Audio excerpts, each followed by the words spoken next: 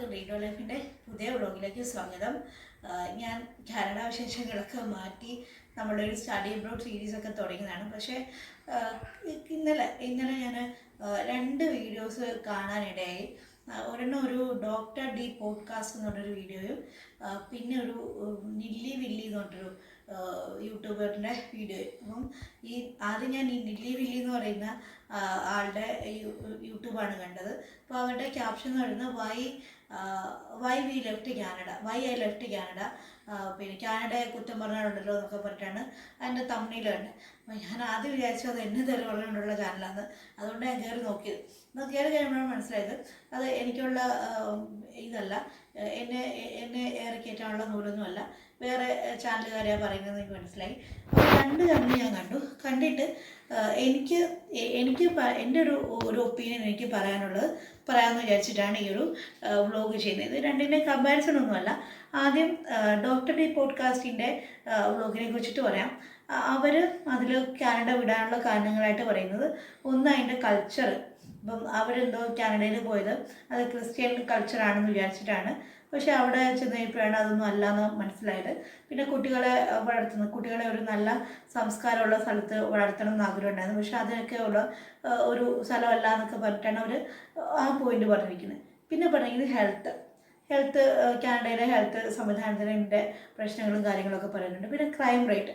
ഇത്രയാണ് അവർ മെൻഷൻ ചെയ്തിരിക്കുന്ന പോയിന്റ്സ്. അപ്പം അതിൽ എനിക്ക് കുറച്ചൊരു അഭിപ്രായ വ്യത്യാസമായിട്ട് തോന്നിയത് കൾച്ചറാണ്.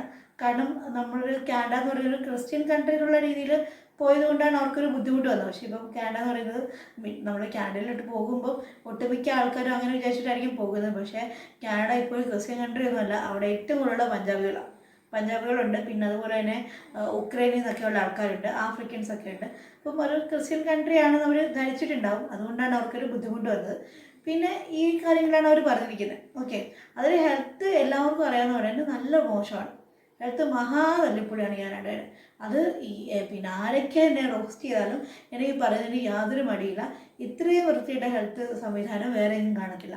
കാരണം നമ്മൾ കേരളത്തിലൊക്കെ ജീവിച്ചിട്ട് അവിടെ ചെന്ന് കഴിയുമ്പോഴത്തേക്കും അവിടെ നമുക്കൊരു പനി വന്നാലോ അല്ലെങ്കിൽ എന്തെങ്കിലും ഒരു പ്രശ്നം വന്നാലോ ആശുപത്രിയിൽ പോയി കഴിഞ്ഞാൽ അത് പിന്നെ നമുക്ക് പോകാൻ പറ്റത്തില്ല. അവിടെ വിളിച്ച് ബുക്ക് ചെയ്ത് ഡോക്ടർ ഉണ്ടെങ്കിൽ ഉണ്ട്, നോക്കി അങ്ങനത്തെ ഒരു രീതിയാണ് അവിടുത്തെ ഹെൽത്ത് എന്ന് പറയുന്നത്. അത് ഫേമസ് ആയിട്ടുള്ള മിക്ക യൂട്യൂബേഴ്സും അത് പറയുന്നുണ്ട്. ഇപ്പോൾ ഹെൽത്ത് സംവിധാനം മോശമാണ്. പിന്നെ ക്രൈം റേറ്റ് കൂടുതലാണ്. ഇപ്പം ഞങ്ങൾ താമസിച്ച സറൈ എന്ന് പറഞ്ഞ സ്ഥലത്താണ്. സറൈയിലൊക്കെ ആണെങ്കിലും സ്ഥിരമായിട്ട് ഇപ്പം ഈ വെടിവെപ്പ് കാര്യങ്ങളൊക്കെ നടക്കാറുണ്ടായിരുന്നു. പിന്നെ അതുപോലെ ഞങ്ങളുടെ കോളേജിലോട്ട് പോകുന്ന വഴി ഡൗൺ ടൗൺ എന്ന് പറഞ്ഞ സ്ഥലത്താണ് കോളേജ് ഉണ്ടായിരുന്നത്, യൂണിവേഴ്സിറ്റി ഉണ്ടായിരുന്നു. അപ്പോൾ അവിടോട്ട് പോകുന്ന വഴിക്കാണെങ്കിലും മൊത്തം ആൾക്കാർ വഴി നീളെ കഞ്ചാവടിച്ചൊക്കെ കിടക്കുമായിരുന്നു. അപ്പം നമ്മൾ ഇവിടുന്ന് കേട്ടിട്ട് പോകുന്നൊരു കാനഡയല്ല ഒരു റിയൽ കാനഡ എന്ന് പറയുന്നത്. അപ്പോൾ അത് നമുക്ക് പെട്ടെന്ന് അക്സെപ്റ്റ് ചെയ്യാൻ പറ്റത്തില്ല. പിന്നെ നമ്മുടെ ഈ ക്രൈം സീനിലൊന്നും നമ്മൾ വലിയ ഇടപെടാനൊന്നും പോകാതെ നമ്മൾ നമ്മുടെ കാര്യങ്ങളൊക്കെ പോയി കഴിഞ്ഞാൽ വലിയ കുഴപ്പമില്ല. പക്ഷേ പറയാൻ പറ്റില്ല. ഇപ്പം നമ്മൾ വെറുതെ നടന്നു പോയാലും ഏതെങ്കിലും ഒരിടത്തിന് ചുമ്മാതെ വട്ട് കയറിയിട്ട് വെടിവെക്കണം തോന്നിക്കഴിഞ്ഞാൽ നമുക്ക് വെടിയുണ്ടെങ്കിൽ തീർന്നു. അപ്പോൾ അതാണ് അവിടുത്തെ ഒരു രീതിയാണ്. അപ്പോൾ നമ്മൾ പോകുന്നതിന് മുമ്പ് കാനഡയെ കുറിച്ചിട്ട് പറയുന്നത് കാനഡയിൽ ക്രൈമേ ഇല്ല, വളരെ നല്ല സ്ഥലം എന്നൊക്കെ പറഞ്ഞിട്ടാണല്ലോ പോകുന്നത്. അപ്പോൾ അവിടെ ചെന്ന് കഴിയുമ്പോഴായിരിക്കും നമ്മൾ അതിൻ്റെ ഒരു റിയാലിറ്റി മനസ്സിലാക്കുന്നത്. അപ്പോൾ അതൊക്കെയാണ് അവർ പറഞ്ഞത്.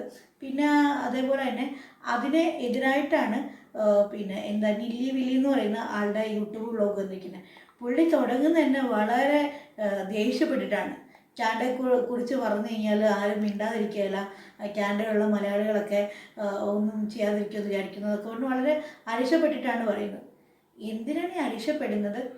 ഇപ്പം കാനഡയിലുള്ള മലയാളികളെന്ന് പറയുന്ന അല്ലെങ്കിൽ ഇപ്പം പുള്ളിക്കാരൻ ഉദ്ദേശിക്കുന്ന ഒരു കാറ്റഗറി ഓഫ് ആൾക്കാരെന്ന് പറയുന്നത് 10-20 വർഷം മുമ്പൊക്കെ അവിടെ ചെന്ന് അല്ലെങ്കിൽ ഒരു 6-7 വർഷം മുമ്പ് ചെന്ന് നല്ല വെൽ സെറ്റിൽഡ് ആയിട്ടുള്ള ആൾക്കാരെയാണ് പുള്ളി ഉദ്ദേശിക്കുന്നത്. അവരെ സംബന്ധിച്ചിടത്തോളം ഒരു കുഴപ്പമില്ല, ഒരു പ്രശ്നങ്ങളുമില്ല. അവരവിടെ സെറ്റിലായി, അവർക്ക് അവിടെ വീട് കാര്യങ്ങളെല്ലാം ആയി. അവർക്ക് അവരുടെ നാട് പോലെ തന്നെ കാനഡ എന്ന് പറയുന്നത്.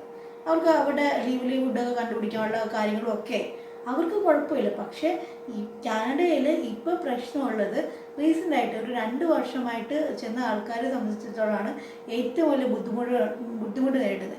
2 വർഷമൊന്നും ഞാൻ പറയുന്നില്ല, 1 വർഷം. ഇപ്പോഴത്തെ ഒരു സിറ്റുവേഷൻ എന്ന് പറയുന്നത് വളരെ വേഴ്സാണ്. വെറുതെ ഷുഗർ കോട്ടഡ് ആയിട്ട് പറയേണ്ട ആവശ്യമില്ലല്ലോ. കാനഡയിൽ ജോലി കിട്ടാൻ ഭയങ്കര ബുദ്ധിമുട്ടുണ്ട്. ഞാനിത് പത്രങ്ങളുടെ കട്ടിങ്സ് വെച്ചിട്ട് തന്നെയാണ് നിങ്ങളെ കാണിക്കുന്നത്. അല്ല ഞാനിത് അന്തരീക്ഷത്തിൽ നിന്നും പറയുന്ന വാർത്തയൊന്നുമല്ല. നമ്മുടെ മലയാളം പത്രങ്ങൾ പോലും ഇത് റിപ്പോർട്ട് ചെയ്തിട്ടുണ്ട്. മനോരമ ഓൺലൈനിൽ പോലും ഈ വാർത്തകൾ വന്നിട്ടുണ്ട്. കാനഡയിൽ തൊഴിൽ ക്ഷാമമുണ്ട്, പിന്നെ അതുപോലെ തന്നെ അവിടുത്തെ നിയമങ്ങൾ വളരെ കർശനമാക്കുന്നു എന്നൊക്കെയുള്ള. ഇതാണ് റിയാലിറ്റി എന്ന് പറയുന്നത്. ഈ റിയാലിറ്റി പറയുമ്പോൾ എന്തിനാണ് കാനഡയിലുള്ള മലയാളികൾ ഇത്ര അസ്വസ്ഥരാകുന്നത്?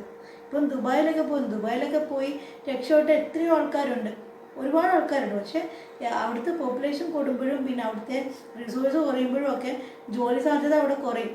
കാനഡയുടെ കേസിലും അങ്ങനെയാണ് സംഭവിച്ചത്. കാനഡയിൽ അവർ ഇഷ്ടംപോലെ ആൾക്കാരെ അങ്ങോട്ട് ക്ഷണിച്ച് അവിടെ എത്തിക്കഴിഞ്ഞ് കഴിഞ്ഞപ്പോഴത്തേക്കുമാണ് അവർക്ക് പ്രോപ്പറായിട്ട് റിസോഴ്സും അല്ലെങ്കിൽ അവർക്ക് എംപ്ലോയ്മെൻ്റ് ഒന്നും കൊടുക്കാനുള്ള ഓപ്പർച്യൂണിറ്റി ഇല്ലയെന്ന് മനസ്സിലായത്. ഗവൺമെൻറ് എന്നെ വിചാരിച്ചില്ല ഇത്രയും ആൾക്കാർ അവിടെ ചെല്ലുന്നു. ട്രൂഡോ ഗവൺമെൻറ് ആണിത് കൊണ്ടുവന്നത്.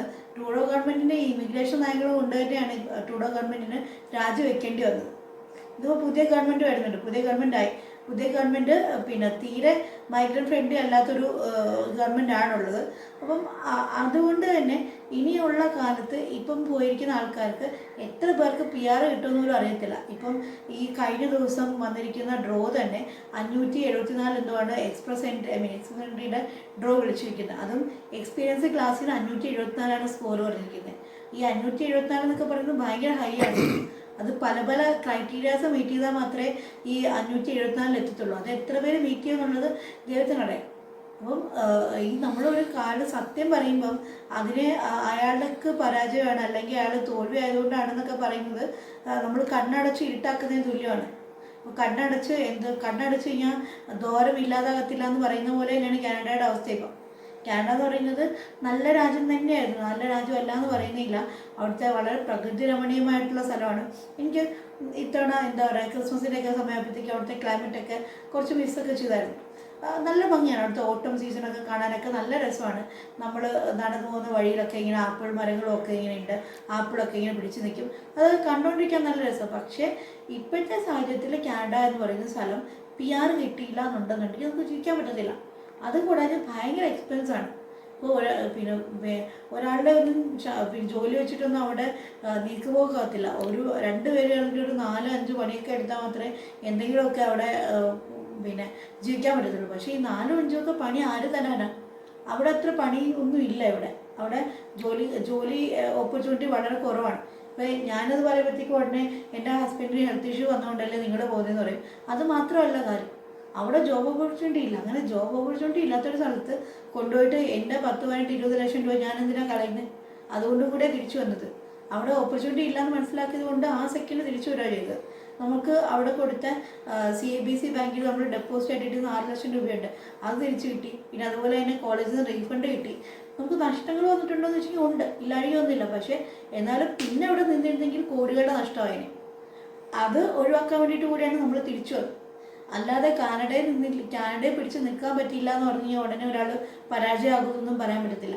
ഇപ്പോൾ എൻ്റെ വീഡിയോയുടെ താഴെ വന്നിട്ട് പല ആൾക്കാരും വളരെ വൃത്തിയിട്ട കമൻറ്റുകളൊക്കെ ഇടുന്നുണ്ട്.